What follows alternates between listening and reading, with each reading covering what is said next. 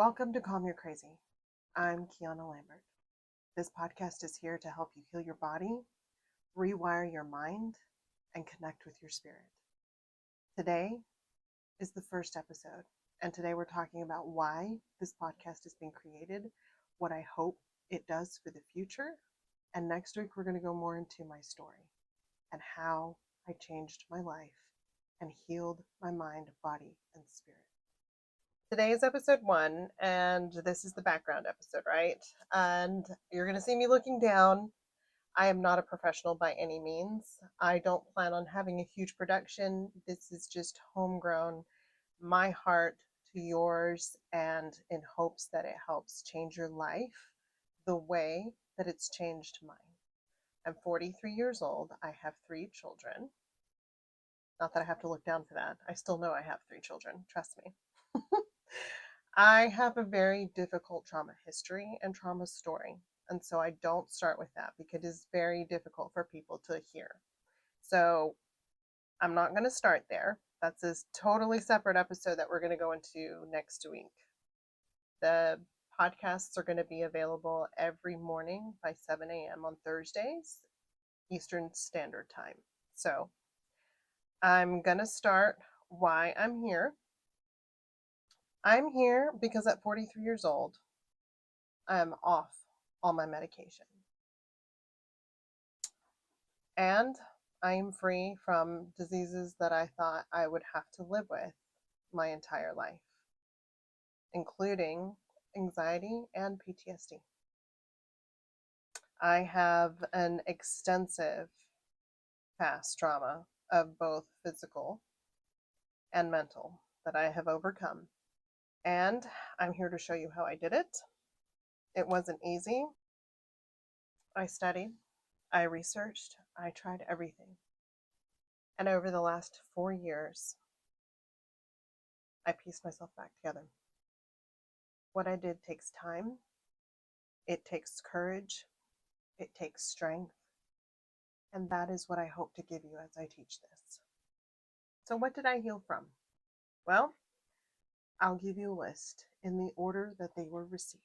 Depression in my teenage years, obesity, PTSD, high blood pressure, diabetes, high cholesterol, autism, ADHD, and thyroid disease.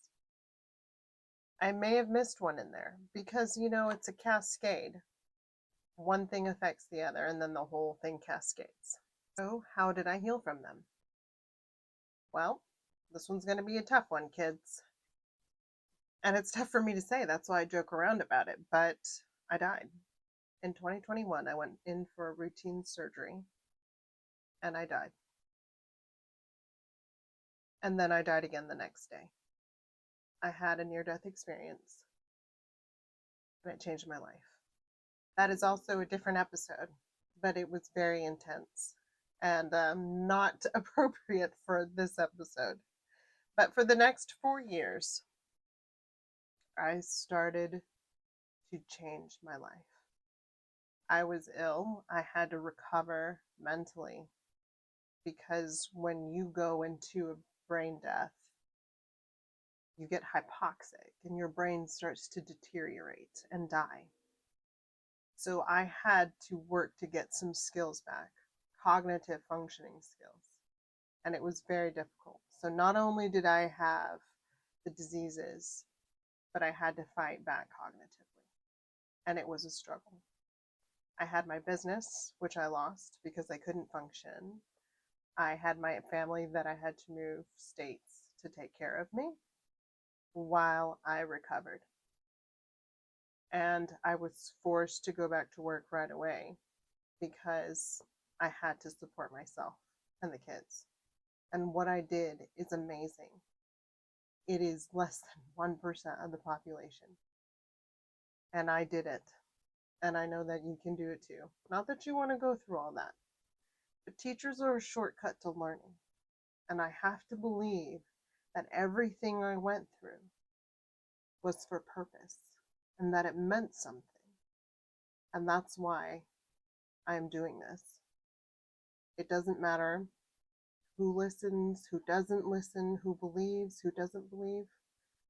This is going to reach the people that it needs to reach. And I believe that. So for the next 4 years, I started taking inventory of my life and my past. And I started seeing how my past directly affected my choices and how those choices compounded and created a cascade of more and more stress and disease and chaos in my life. So while I was recovering, I gave myself to service and was working for a nonprofit, which really helped. Whenever you are hurting, helping somebody in need helps you step outside your own pain and see theirs. So I started to do that. I tried therapies of all kinds, the regular therapies, somatic therapies. I had studied a lot of spirituality in college, and I grew up in a cult. That's also for later. And my parents were hyper into the occult, spirituality, and all that stuff. So I had some understanding of it, and I went deep into more religious and spirituality texts that were written in college. But I went deeper into it in the last 4 years, more into the background of spirituality and the people who became enlightened with it. I studied them quite a bit. Ram Dass. Oh my gosh, the list goes on. I could go on and on comparing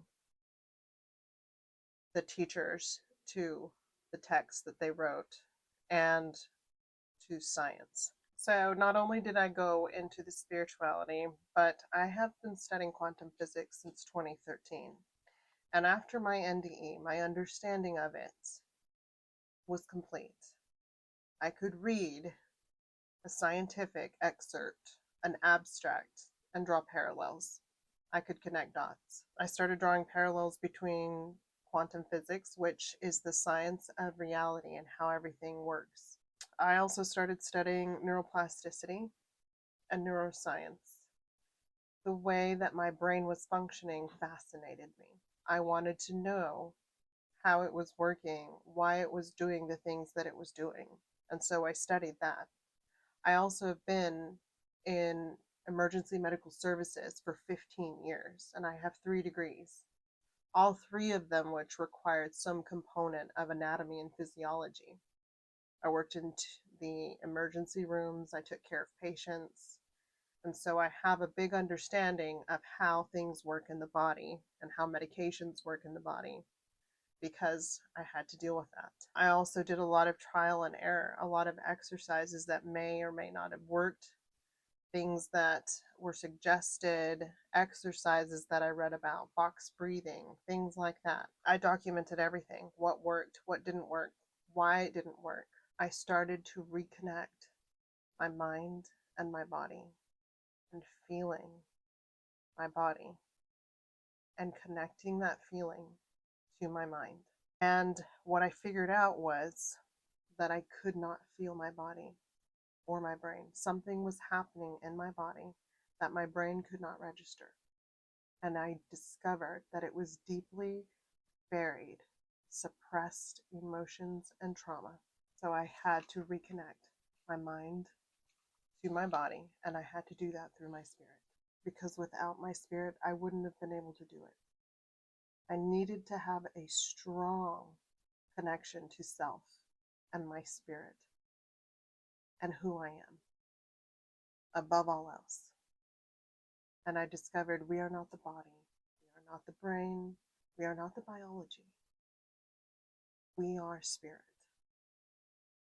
And by connecting our spirit, we can oversee the healing process of the mind and the body. And I'm going to teach this. I want to get into it right now. Right now, I'm like thinking, oh my God, I'm going to get into it. Your mind is this, your body's that. But I'm trying to behave myself and have some linear, non-ADHD sharing with my first episode. So let me continue my notes so that we can stay on task. So what I'm going to do in the episodes is I'm going to teach what I did, what I learned, and how I learned them. If it's spirituality, you're going to get some references. If it's medical stuff, you're going to get some references. So I don't want to just sit here and talk about whatever. I need to see receipts. I'm an educated person. I require receipts. So if I'm talking about neuroplasticity, if I'm talking about neuroscience, I'm going to refer to Dr. Daniel Amen. And I'm going to refer you to his research. I'm going to refer you to his social media because he's who I learned from. He's where I got the information to piece together. If I'm going to talk about spirituality and how that coincides with quantum physics, and I use quantum physics terms or medical terms, I'm going to give you references to people like Dr. Joe Dispenza, credible resources that if you want to, you can go check yourself. Because teachers are a shortcut to learning. And I am not here to make myself out to be any kind of guru or anything else. What I've pieced together and what works for me has come from those before me. And what I've pieced together and what I've learned is because I've built upon that. And that's what I want to share with you. There are methods that are out there that work. Healing is not just one path. It is not linear. Things come up as you move through life. It took half your life or however long to get to where you are now. And it's going to take probably about as long to undo everything all the way. And that's okay. When you have the tools and you understand what's going on in your brain and body, then you can move forward in your life with these tools. And as things come up for you as a trigger, you have the tools to deal with. Okay? Everything is guided by your nervous system, and I'm going to teach you how to control that. Everything is your nervous system. And you can do this. You can control it. You can rewire your nervous system. This is what I'm going to teach, and this is the only way through. And I'm going to talk about things that are uncomfortable. And I'm going to talk about things that you are not going to like, but they are necessary for your healing. Most people are not connected to their bodies. They do not know what's happening in their bodies. And that is where you have to begin. And that is what I'm going to be teaching. How to feel and connect to your body to heal. And you're not going to like this either, but you're going to have to cry. And you're going to have to go into memories you never dealt with, because that's where healing is. It's sitting with it, and it's an actual biological process of metabolization. Your memories get stuck in your fascia. Your memories get stuck in your body. The body keeps score. That's a book. You can refer to that. But it gets stuck, and you have to metabolize it and feel it. When it gets stuck and why it got stuck is because you were too young to understand, and there was nobody there to help you understand. So we're going to work through that, and you're not going to like it, but you're going to have to do it. And that means that maybe you cry, and maybe it means that you don't. Some people can't. But crying releases endorphins. It helps you process. It helps your body feel better. So if you can't do that, that's okay. There are other ways to move through it. But what I did was cry a lot and release it. Whenever I was a child, I was not allowed to cry. I was given to the count of 3, and then I had to hold it in, or else I got even more. So that is my baseline that I have to move through. That was something that I had to work through so that I could release, so that I could depend on somebody, so that I could open up. And that's what we're going to talk about too. It's all connected, and it is all vital to your healing. I don't want this first episode to be too long. I'm going to try to actually make most of them digestible. And so I want to end with where you can find me. You can find me on social media. I don't really do Facebook. I have Instagram and TikTok, and the rest of them I don't keep up with. It's too much for my nervous system, and it's really not worth my time. I will have the podcasts on YouTube, and those will be linked everywhere that you can find it. Or you can go directly to my website at keanalambert.com. And Keana is spelled Keana, Lambert.com. And that's where most of my offerings are going to be. There's not a lot on there right now because I'm growing it, but that's where everything is going to be centrally located. You can listen to the podcast there. You can jump to YouTube from there. That's going to be the hub where you can find everything and whatever else you may need. I don't gatekeep, and I don't feel like there's any reason to not send people to resources if they need it. So I post a lot of those in my newsletter. If you want to sign up for that, I try to get those out weekly along with the podcast. The podcast is going to be available Thursdays by 7 a.m. Eastern Standard Time weekly. So I'm really excited. It's new, and it's scary, but I went through all of this for a reason. And that reason is to help other people, because I see so many people that need it. Their bodies, their minds need it. And if this helps just one person, then that's a ripple for the rest of time. So thank you for being here. Thank you for joining me. And if this resonates with you, join me next week, where we're going to be talking about some heavy stuff. It is my background. It's hard. It's heavy, and it's going to be a longer episode. It is not for children. It's going to be restricted. It's a hard episode. So please be wary of that if you do tune in or if you listen to it next week. Okay? All right. Love you, mean it. Thank you for tuning in. Bye-bye.